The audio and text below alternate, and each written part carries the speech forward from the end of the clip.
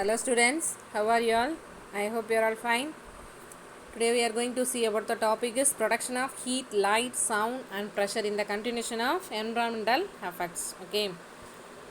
ஒரு வெப்பமோ ஒரு ஒளியாற்றலோ அல்லது ஒரு ஒளி ரெண்டுமே அல்லது அழுத்தம் இதெல்லாம் எப்படி வெளிப்படுது அப்படிங்கிறத இப்போ நம்ம பார்க்க போகிறோம். ஃபஸ்ட்டு ப்ரொடக்ஷன் ஆஃப் ஹீட், வெப்பம் எப்படி உருவாகுது அப்படின்னு பார்த்தீங்கன்னா, have ever rubbed your palms in winter season to keep your your self warm. நம்ம ரெண்டு கையை நல்லா தேய்ச்சோம்னா உள்ளங்கையில் சூடு வரும்.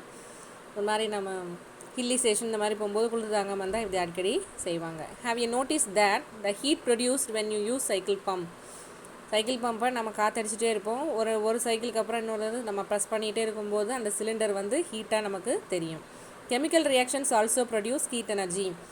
வேதிவினை செயல்பாடுகளும் வெப்பத்தை உண்டாக்குகின்றன அப்படின்னு சொல்கிறாங்க. சச் ரியாக்ஷன்ஸ் ஆர் கால் எக்ஸோதெர்மிக் ரியாக்ஷன்ஸ். வெளிப்புற வெப்ப எதிர்வினை அப்படின்னு சொல்கிறாங்க. வெளிப்புறத்துலேயே நமக்கு உணர முடியும், அதனால் அது வந்து exothermic reactions. For example, when you add water to குயிக்லைம்ங்கிறது கால்சியம் ஆக்சைடு, சுண்ணாம்பு தண்ணீர். அது நீர்த்த சுண்ணாம்பு தண்ணியாக மாறிடும் தண்ணியை நம்ம கலக்கும்போது. Lots of heat is released to produce லாக்ரலைம் calcium hydroxide. Original state quicklime calcium oxide பா. If we add, it becomes a slack-lime calcium hydroxide. Next we are going to see production of light. What happens when you ignite a candle? நம்ம ஒரு மெழுகுவர்த்தி பொறுத்து வச்சோடனே வெளிச்சம் நமக்கு கிடைக்குது. You get a light as a result of burning. அது வந்து பற்ற வைக்கிற அந்த எரிதல் மூலமாக நமக்கு வெளிச்சம் கிடைக்குது. Some chemical reactions like this produce light. சில வேதிவினைகளும் இதல் போலத்தான் எரிவதால் நமக்கு கிடைக்கிறது. For example, when a piece of magnesium ribbon is burnt in a flame. Magnesium ribbon சின்னதாக இருக்கும்ப்பா, நம்ம லேபில் இருந்தால் நம்ம காமிக்கிறேன். மெக்னீஷியம் ரிப்பன் அதை நம்ம ஃப்ளேமில் பார்க்கும்போது bright light is produce with heat. அது வந்து நல்லா லைட் நல்லா பழச்சுங்கிறதுல தெரியும். Even the fireworks during festival times. நம்ம பேட் வெடிப்பாங்களே, இப்போ தீபாவளி கூட வந்துருச்சு, அதுதான் இந்த ப்ராசஸில் தான் அதை நம்ம யூஸ் பண்ணுறாங்க. Different coloured lights which are all seen well due to chemical reactions. Similarly, when we ignite methane case, it produce heat and light. Methane கேஸை நம்ம எரிச்சோம்னா லைட்டும் வரும், அதே சமயம் வெப்பமும் நமக்கு வெளிப்படும். So we can say that light is produced during the chemical reactions. So வேதிவினைகளின் போது ஒளி வெளிப்படுகிறது அப்படிங்கிறது நமக்கு தெரிய வருது. Next production of sound.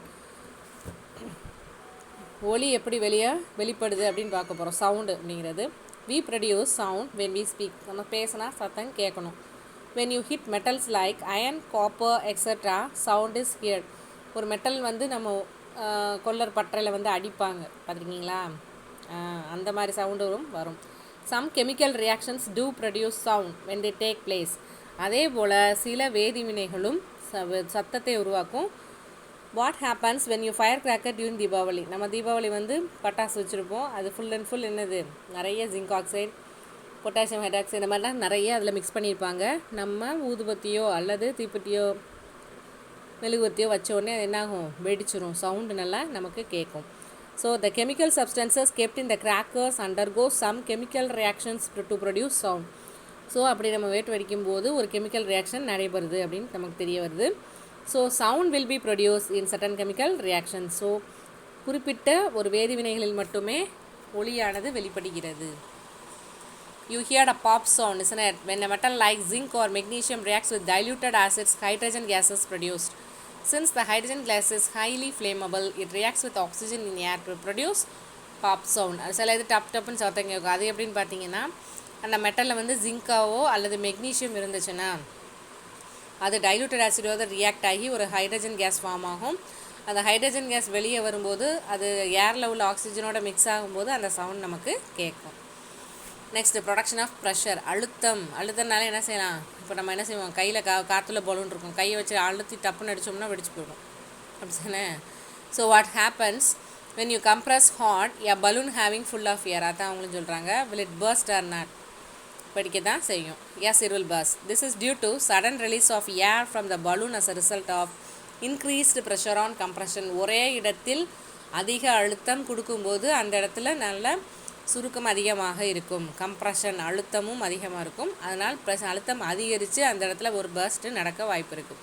Like this some chemical reactions produce gases which build up the pressure when the reaction takes place in a closed container. இதே போல் some chemical reaction என்ன ஆகும்னா ஒரு டப்பாவில் அடைச்சி வச்சுருந்தாங்கன்னா பட்டுன்னு வெளியே வரும். இப்போ பவுண்டா பாட்டிலாம் நான் ஏர் டைட்டாக இருக்கும், திறந்து விட்டோம்னா சவுண்டோட வெளியே வரும், பார்த்துருக்கீங்களா? அதுபோல் if the pressure level cos beyond the limit, எதுவுமே அந்த ப்ரெஷர் லெவலை விட தாண்டி போச்சுன்னா ஒரு எக்ஸ்ப்ளோஷன் வெடித்தல் வந்து நடக்க வாய்ப்பு இருக்குது. Explosives fire works on this basis. அந்த ஃபேக்ட்ரியில் அந்த டெம்பரேச்சரில் அந்த அளவுக்கு உருவாக்கணும். ஃபயர் ஃபேக்ட்ரியோ வேறு கெமிக்கல்ஸ் ஃபேக்ட்ரியோ அதை தாண்டும் பொழுது அங்கே ஒரு ஃபயர் ஆக்சிடென்ட் நடக்கும். when they are ignited they explode due to pressure generated by gases from the chemical reactions, thus you hear a whoosh sound. Okay, next we are going to see about the organization of life. Biological organization starts with submicroscopic molecular level and passes through microscopic cellular level and the microscopic or macroscopic organismic level. Biological organisation அப்படின்னு சொல்கிறது என்ன சொல்கிறாங்க அப்படின்னா, ஒரு உயிரினம் வந்து எப்படி உருவாகி வெளியே வந்து அது வளர்ச்சி அடையுது அப்படிங்கிறத பற்றி நம்ம இப்போ பார்க்க போகிறோம் இந்த பாடத்தில். It starts with sub microscopic molecular லெவல்னா மைக்ராஸ்கோப்லேயே நம்ம நுண்ணுயிரத்தை நம்ம பார்ப்போம். சப் மைக்ராஸ்கோப் அப்படிங்கும்போது இன்னும் சின்ன சின்ன நுண்ணிய உயிர்களை கூட பார்க்க முடியும். And bosses through microscopic cellular level, அதுக்கு அடுத்த லெவலில் போய் மேக்ராஸ்கோப்னா ஓரளவு பெருசாக்கி காமிக்கும். அந்த லெவல் வரைக்கும் நம்ம பார்க்கலாம். Finally it ends in ecosystem and the biosphere. அப்படி உருவாகிறது எக்கோசிஸ்டம் வரைக்கும் போய் உயிர் மண்டலத்தில் வரைக்கும் முடியும்.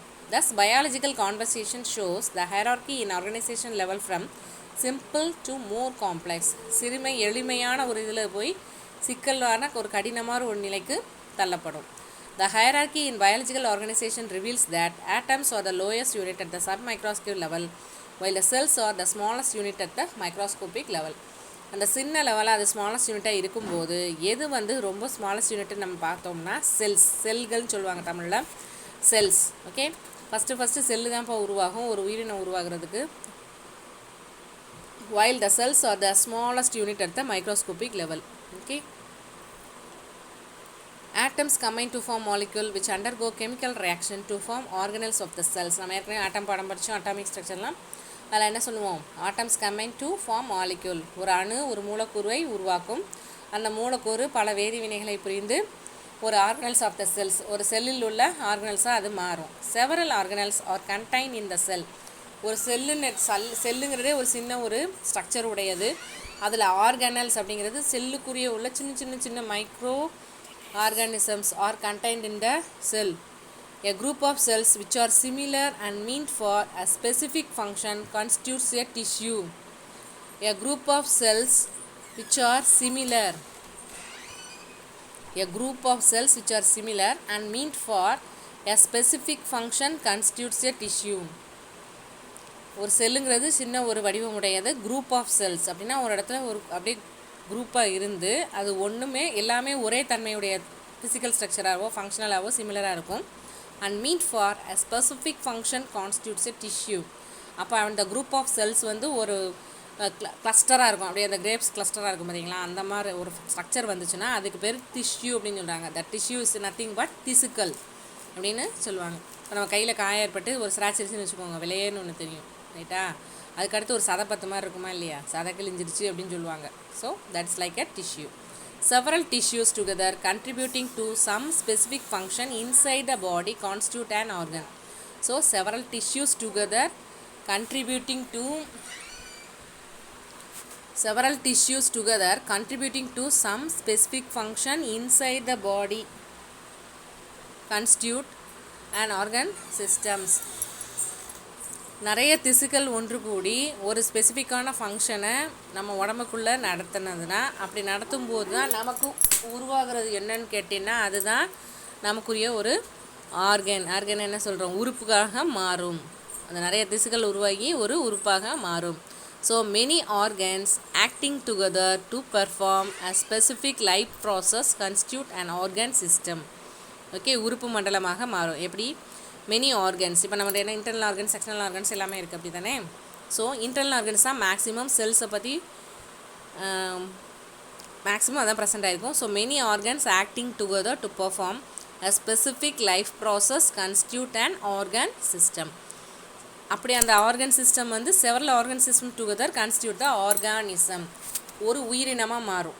ஓகே, உறுப்பு மண்டலங்கள்லாம் ஒன்றிணைஞ்சு நமக்கு ஃபங்க்ஷன் ஆக ஆரம்பிச்சிருச்சுன்னா அது உயிரினமாக மாறும். we will see the picture-மா நெக்ஸ்ட் பிக்சர் கொடுத்துருப்பாங்க, நல்லா நீட்டாக இருக்கும். we see that several systems are present in an organism and they are required to form diverse life process in the process in this multicellular organization. Next, see this is a structure ma, different levels of organization. First ஒரு செல் இருக்குது பார்த்துக்கோ, நல்ல செல் அழகாக இருக்கும், அதில் உள்ள பார்ட்ஸ்லாம் இனிமேல் ஒன்று ஒன்றா படிப்போம். இந்த செல் வந்து நல்லா நிறைய கான்ஸ்டியூட் ஆகி என்னவாகும், ஒரு டிஷ்யூவாக ஃபார்ம் ஆகும். அந்த டிஷ்யூ என்னவா ஃபார்ம் ஆகும், ஒரு ஆர்கன். see here இந்த ஸ்டொமக், இந்த ஸ்டொமக் ஃபார்மேஷன் காமிச்சிருக்காங்க நமக்கு. அடுத்து ஒரு கேட் மாதிரி ஒரு ஆர்கன் சிஸ்டம் வந்து அது வயிற்றுக்குள்ளே வந்து செட் ஆன மாதிரி காமிச்சிருக்காங்க. நெக்ஸ்ட் அது ஒரு ஆர்கானிசம், உயிரினமாக மாறுது. Okay, so we are going to see what is a cell now. Okay, cell is the smallest structural and functional unit of living organisms and it is capable of performing specific function. Okay, cell அப்படிங்கிறது ஒரு சின்ன பேசிக் unit of ஒரு உயிரினத்துக்குரிய அடிப்படை அழகு அப்படின்னாலே அது செல்னு தான் சொல்கிறாங்க. It is also call the building blocks of life. Okay, நம்ம வாழ்க்கையின் ஒரு படிக்கட்டுகள் அப்படின்னு சொல்கிறாங்க. Single celled organisms like amoeba are able to carry out all the process of life like higher organisms. ஒரு செல் அப்படின்னு சொல்ல, ஒரு செல் உயிரினம் அப்படி என்னென்னு பார்த்தீங்கன்னா அமீபாப்பா. ஆனால் அது எல்லா வேலைகளும் செய்யும், எல்லா ப்ராசஸுமே அதுவும் செய்யும். எப்படி பெரிய உயிரினங்கள் என்ன வேலைகள்லாம் செய்யுமோ அது எல்லாமே ஒரு செல்லுடைய அமீபாவும் செய்யும். The body of amoeba looks like a single clinic. The body of amoeba looks like a single cell while higher animals are made up of billions of cells. வேலை என்னமோ செய்கிறது ஒன்று தான். அமீபாக்கு ஒரு செல்லாக இருக்கும். பெரிய பெரிய ஃபிகர் உள்ள அனிமல்ஸாக இருந்துச்சுன்னா அதுக்கு பில்லியன்ஸ் ஆஃப் செல்ஸ் வந்து தேவைப்படும். Bacteria, yeast, amoeba have a single cell body and are called unicellular organisation. அப்படி சிங்கிள் செல்டு அந்த ஆர்கனிசம் பேர் என்ன சொல்கிறாங்கப்பா, unicellular organisations. Organisms such as human beings, cows and trees are made of large number of cells and are called multicellular organisms. இப்போ organisms வந்து நம்மளை போல் மனிதர்கள், மாடுகள், மரங்கள் இது எல்லாமே என்ன வச்சுருக்கு, லார்ஜ் நம்பர் ஆஃப் செல்ஸ் வந்து அதனால் உருவாக்கப்பட்டிருக்கனால அதை என்ன சொல்லலாம், மல்டி செல்லுலார் அப்படின்னு சொல்கிறாங்க. thus the body has different levels of organization. cells make up tissues make up organs make up organ systems. Important one mark pa, which one make tissues, cells. Organs made up by tissues, then organs make up organ systems. The cell is the structural and functional unit of life. Okay, and building blocks we know, and the study of cell is called cell biology pa. Study of cell is called cell biology. The cell consists of cytoplasm enclosed within the membrane. We will see the structure by this one ma. Okay, see this is the structure of animal cell. Usually the cell is in the oval shape. The cells consist of cytoplasm. See, where is the cytoplasm pa? Here. Okay, this is the cytoplasm. The cytoplasm contains many biomolecules, proteins, nucleic acid எல்லாம் உருவாக்கி இருக்கப்பட்டிருக்கு. Cells vary widely in shape and size. ஒவ்வொன்றுக்கும் வேறு shape வரும். The central spherical nucleus and cytoplasmic living organelles, நடுவில் ஒரு violet கலரில் இருக்குது பார்த்தீங்களா, அந்த nucleus. Okay, so the endoplasmic reticulum and mitochondria அந்த மேலே அப்படியே பிரெட் மாதிரி இருக்கும், அப்படியே ஜிக்ஸாக்காக போட்டிருக்குல்ல, அதான் மைட்டோகாண்ட்ரியா. கோல்ஜி பாடிஸ்ங்கிறது அங்கங்கே சின்னதாக போட்டிருப்பாங்க, குட்டி குட்டி வட்டமாக உள்ளதான்ப்பா ribosomes. Okay, there lysosomes. These are all present in the animal செல்ப்பா. Each cell organelle performs a specific function. இப்போ ஒவ்வொன்று பார்ட்ஸ் எடுத்துக்கிட்டிங்கன்னா அது ஒவ்வொன்றும் ஒவ்வொரு விஷயமாக செய்யும். சரியா? The size of cells performs a specific function. The size of cells varies in different animals which are measured in units of micron. மைக்ரான்ங்கிறது மைக்ரோ எம் அப்படின்னு சொல்லலாம். Micro represents 10⁻⁻⁶. Okay, so 1 cm equal to how many millimeter? 10 mm. 1 mm equal to 1000 microns. Important one mark. Okay, so the average cell size varies from 0.5 to 20 μm in diameter. The cells of bacteria are the smallest in size 1 to 2 micrometer. In human body, the smallest cell is RBC, red blood corpuscles, ரத்த சிவப்பு அணுக்கள் அப்படின்னு சொல்லுவாங்க. அதுதான் இருக்கிறதுலே நமக்கு குட்டி smallest செல்லுப்பா, 7 micrometre தான் இருக்கும். The longest one is a nerve cell which reaches a length about 90 to 100 cm and the human egg ovum is 100 micrometer in size. Important one mark pa. Among multicellular animals, the largest cell is egg of an ostrich. Ostrich ஓட முட்டை தான் இருக்கிறதுலே பெரிய முட்டை, அதான் லார்ஜஸ்ட்னு வச்சுருக்கோம். It measures about 170 mm into 180 mm in diameter. It is about 20 to 25,000 times bigger than a red blood cells. Okay, mycoplasma with a diameter of 0.0001. So 1 into 10 power minus 4 mm is the smallest bacterium. And our body is developed from a single cell called zygote. கருமுட்டைன்னு சொல்லுவாங்க. முதல்ல சின்னதாக இருக்கும், அப்புறம் வளர வளர நிறையா இந்த மாதிரி ஃபார்ம் ஆயிரும். அதுக்கு பேர் ஃபீட்டல் செல்ஸ்ன்னு சொல்லுவாங்க. Next shape. செல்ஸ் வந்து ஒவ்வொரு ஷேப்பில் இருக்கும்பா. நமக்கு என்னென்னு பார்த்தீங்கன்னா normally there correlate for the function. அந்த ஃபங்க்ஷனுக்கு ஏற்றாப்புல அது சைஸ் வச்சுருக்கும். Some are oval or round. சிலது ஓவலாக இருக்கும், சிலது வட்டமாக இருக்கும். while certain others are elongated, சில இது நீட்டமாகவும் இருக்கும். We will see the pictures one by one. See, red blood cells in round in shape, smooth muscle cells in this somewhat elongated one, ovum circle, bone cells with the difference one, and then nerve cell. See, nerve cell பூரா மாதிரி இருக்குது. Next is sperm cells. Okay, tissues, tissues are groups of cells that have a similar structure and act together to perform a specific function. திசுக்கள் எல்லாமே ஒரு குரூப்பான செல்லாக உருவாக்கப்பட்டது தான். So அது வந்து ஒரே போல் தான் ஃபங்க்ஷன் பண்ணும். There of 2 types, simple and complex. அப்படின்னா எளிமையான திசுக்கள், கூட்டு திசுக்கள் அப்படின்னு சொல்லுவாங்க. Simple tissues are made up of cells of same type or kind. ஒரே விதமான செல்லாவோ அல்லது ஒரே விதமான ஃபங்க்ஷன் பண்ணுறதாவோ அமைஞ்சிருந்தால் அது simple types. Okay, example glandular tissue. Next காம்ப்ளெக்ஸ்னு பார்த்தீங்கன்னா டிஃப்ரெண்ட் கைண்ட்ஸ் இருக்கும். Dry skin. Simple tissue is homogeneous, complex tissue is heterogeneous. Types of tissues, 4 types. Based upon their structure and function, they belongs to 4 types. Epithelial, muscular, connective, nervous. What is epithelial? அது தமிழில் என்ன சொல்கிறாங்கன்னா புறவணி இலை மயம். புறவணி இலை மயம் இது எதுக்கு அப்படின்னு பார்த்தீங்கன்னா இந்த டிஷ்யூ யூஸ்டு ஃபார் ப்ரொடெக்ஷன். நம்ம இப்போ ஃபார் எக்ஸாம்பிள் ஸ்கின் மாதிரி இருக்கும். நெக்ஸ்ட் மஸ்குலர், தசை திசு அப்படின்னா tissue for moments and location. இங்கே நம்ம ஸ்ட்ரெச் ஆகணும், அந்த இடத்த காலை அகட்டி வைக்கணும் அப்படின்னு சொல்லிட்டு நம்ம நீட்டுறோம்னு வச்சுக்கோங்களேன், அதுக்கு யூஸ் ஆகிற திசு பேர் தான் இந்த muscular tissue.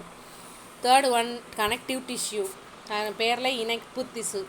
Binding different structures of body. இந்த ஜாயிண்ட்டு, மூட்டு, இந்த சப்பை அப்படின்லாம் சொல்லுவாங்கள்ல அது.